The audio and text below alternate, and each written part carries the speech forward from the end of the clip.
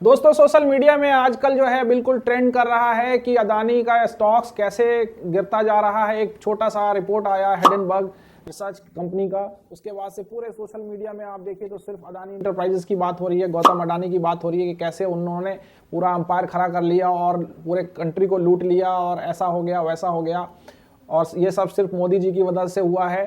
दोस्तों मैं आज इस वीडियो में आपको कुछ ऐसे सच बताऊंगा जिसको सुन के आपके आंख खुल जाएंगे, आपके होश उड़ जाएंगे। आप वीडियो के अंत तक बने रहिए, आपको सब सच का सच और झूठ का झूठ मैं साफ कर दूंगा। नमस्कार दोस्तों, मेरा नाम है डॉक्टर कन्हैया चौधरी और मैं स्वागत करता हूं आपको आपके ही यूट्यूब चैनल निफ्टी डॉक्टर में। दोस्तों ये हमारे ह्यूमन साइकोलॉजी का एक डार्क सच है कि हम लोग दूसरे को बढ़ता हुआ देखते हैं तो बहुत ही जलन फील होती है, बहुत ही जेलसी फील होती है। ये हमारे यहाँ भी है और ये पूरे वर्ल्ड में भी है कि लोग एक दूसरे को बढ़ते हुए देखना नहीं चाहते। एक दूसरे को बढ़ते हुए देखते हैं तो उनको बहुत ज़्यादा जेलसी फील होती है। मैं दोस्तों आपको एक साइकोलॉजी की बात बताता हूँ। आपको पता है जब केकड़े को पकड़ना होता है, केकड़े क्रैब्स जो होते हैं छोटे छोटे, तो उनको पकड़ने के बाद उसको एक ड्रम में रख दिया जाता है और उसको बंद नहीं करते हैं, ढक्कन उसके पॉट को बंद नहीं करते हैं। आपको पता है, और केकड़े फिर भी नहीं भाग पाते। ऐसा क्यों? क्योंकि जैसे ही एक केकड़ा चढ़ने की कोशिश करता है, दूसरा केकड़ा उसको पीछे से टांग पकड़ के खींच लेता है और वो केकड़ा गिर जाता है और सारे के सारे केकड़े वहीं उसी ड्रम में पड़े रहेंगे और उसका लिड खुला होने के बावजूद भी कोई केकड़ा भाग नहीं पाता। यही साइकोलॉजी जो है सब जगह चलती है, कंट्रीज के बीच में है, इंडस्ट्रियलिस्ट के बीच में है, पॉलिटिकल पार्टीज के बीच में है और हमारे आसपास भी चलता रहता है।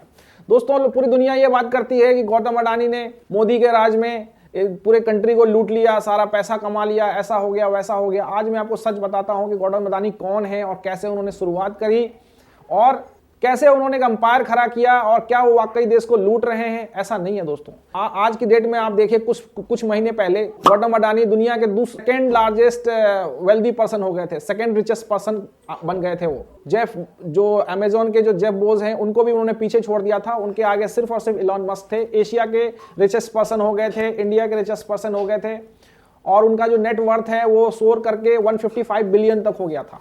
लेकिन दोस्तों आपको पता है गौतम अडानी कैसे ऐसे इंसान बन गए? मैं जो जानता हूं कि गौतम अडानी ने, उनको किस्मत और उनकी मेहनत ने उनको यहां तक पहुंचाया है। किस्मत आप क्यों बोलोगे? किस्मत दोस्तों ऐसा है क्योंकि आज से 20 साल पहले गौतम अडानी जी का किडनैप हो गया था और वो वहां से बच के निकल आए। 2008 में जब पाकिस्तान ने ताज होटल पे अटैक किया था मुंबई में, तब भी गौतम अडानी उसी होटल में फंसे हुए थे। दोस्तों आपने देखा कि कितने पुलिस वाले, कितने लोग मारे गए, लेकिन गौतम अडानी की किस्मत ही थी जो वहां से वो जिंदा बच के निकल आए। गौतम अडानी दोस्तों हम आम जैसे मिडिल क्लास के लोग हैं वैसे ही थे और वो सिर्फ 100 रुपए लेकर के मुंबई आए थे 1978 में। और दोस्तों उन्होंने छोटी छोटी सी नौकरियां करी, डायमंड सॉर्टर की, और बिल्कुल उसके बाद उन्होंने जावेरी बाजार में, मुंबई में एक जावेरी बाजार है जहाँ पे जेमॉन ज्वेलरीज बिका करती हैं, वहाँ पे उन्होंने दुकान खोली। फिर एक स्टॉक ब्रोकर का भी काम किया उन्होंने और फाइनली वो चले गए अहमदाबाद।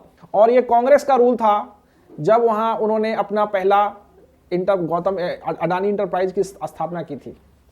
और सबसे पहला जो उनको टर्न अराउंड हुआ था वो 1991 में, जब डॉक्टर मनमोहन सिंह ने लिबरलाइजेशन पॉलिसी लेके आए थे पूरे दुनिया के लिए। जब उन्होंने इंडियन इकोनॉमी को खोला था तो सबसे फायदा उनको गौतम अडानी जी को हुआ था और ये कांग्रेस के राज में हुआ था। सबसे बड़ा प्रोजेक्ट उनको मिला था मुद्रा पोर्ट का, वो भी कांग्रेस के राज में ही उनको मिला था।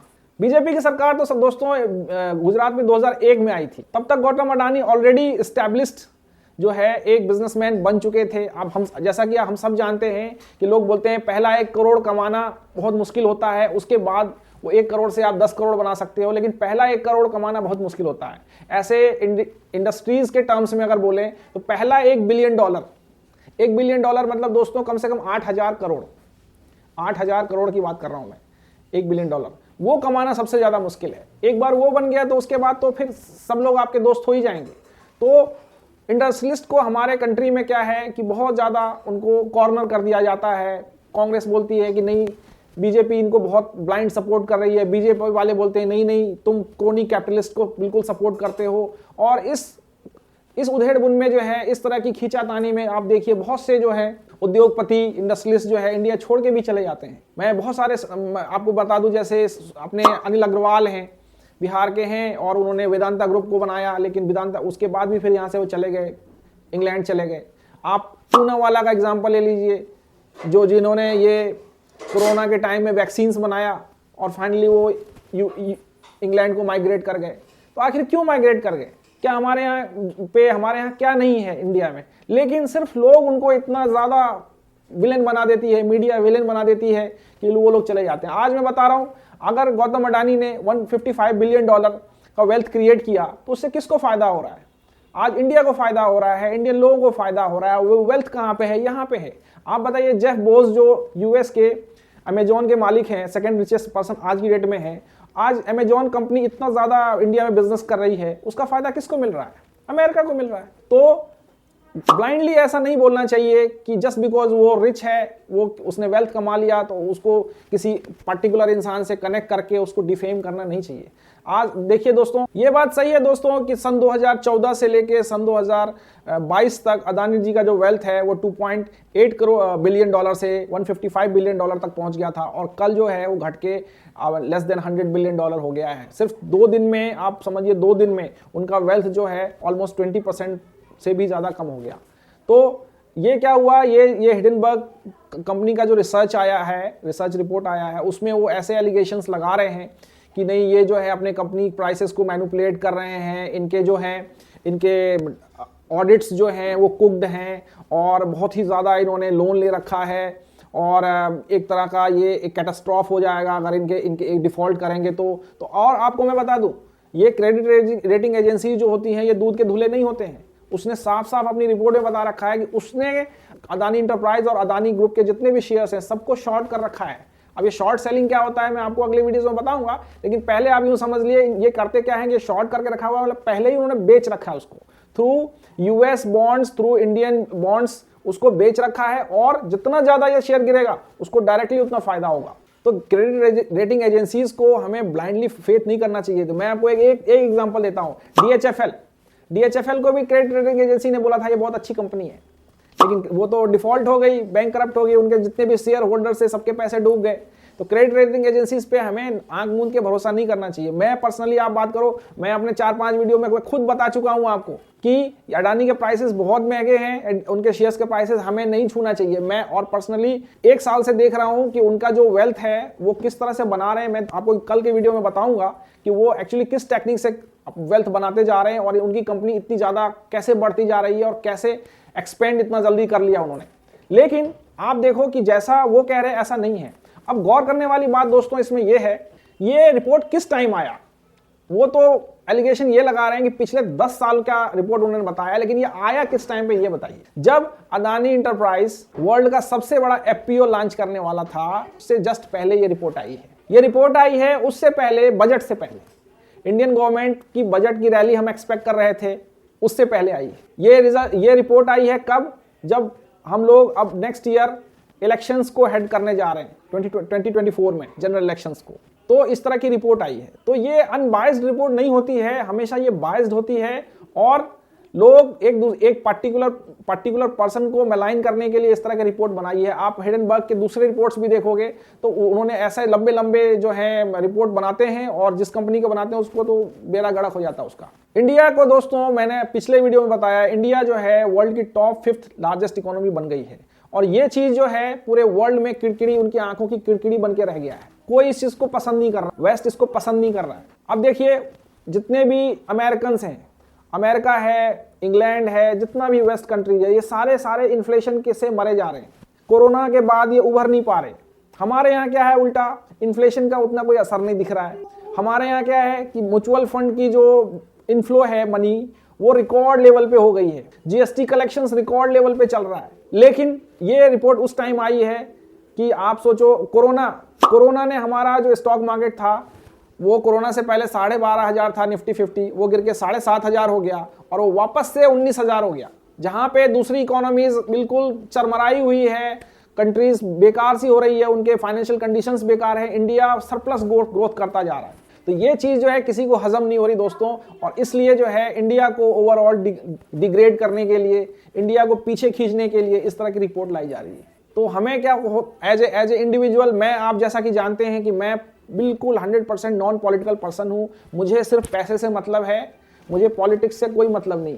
लेकिन बात जब कंट्री की आती है तो हमें एटलीस्ट सच का साथ देना चाहिए।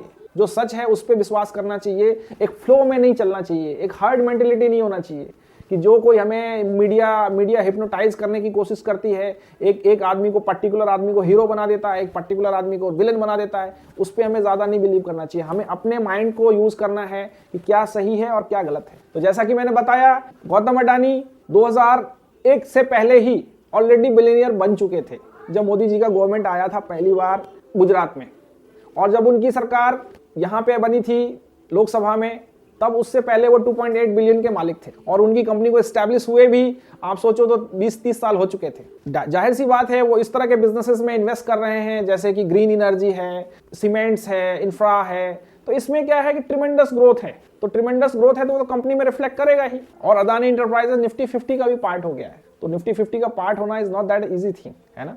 तो आपने जैसे देखा कि हमें एज ए इंडिविजुअल इन्वेस्टर और ट्रेडर हमें किसी रिपोर्ट के पीछे ट्रेड नहीं करना है, उनके हिसाब से ना तो खरीदना है ना तो बेचना है। उन्होंने बोला DHFL बहुत अच्छी कंपनी थी, हम सारा पैसा उसमें लगा देते तो आज हम जीरो हो गए होते।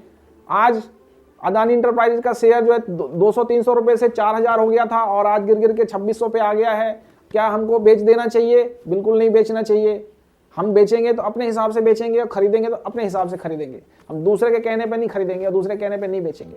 भगवान ने हमारे को भी बुद्धि दे रखी है, हम अपना विवेक यूज करेंगे। हम लोगों को पॉलिटिकल से पार्टी से नहीं लेना देना है, लेकिन हाँ, बात जब इंडिया की आएगी, बात जब हमारे कंट्री के इकोनॉमी की आएगी, तो जो सच होगा हम उसका साथ देंगे।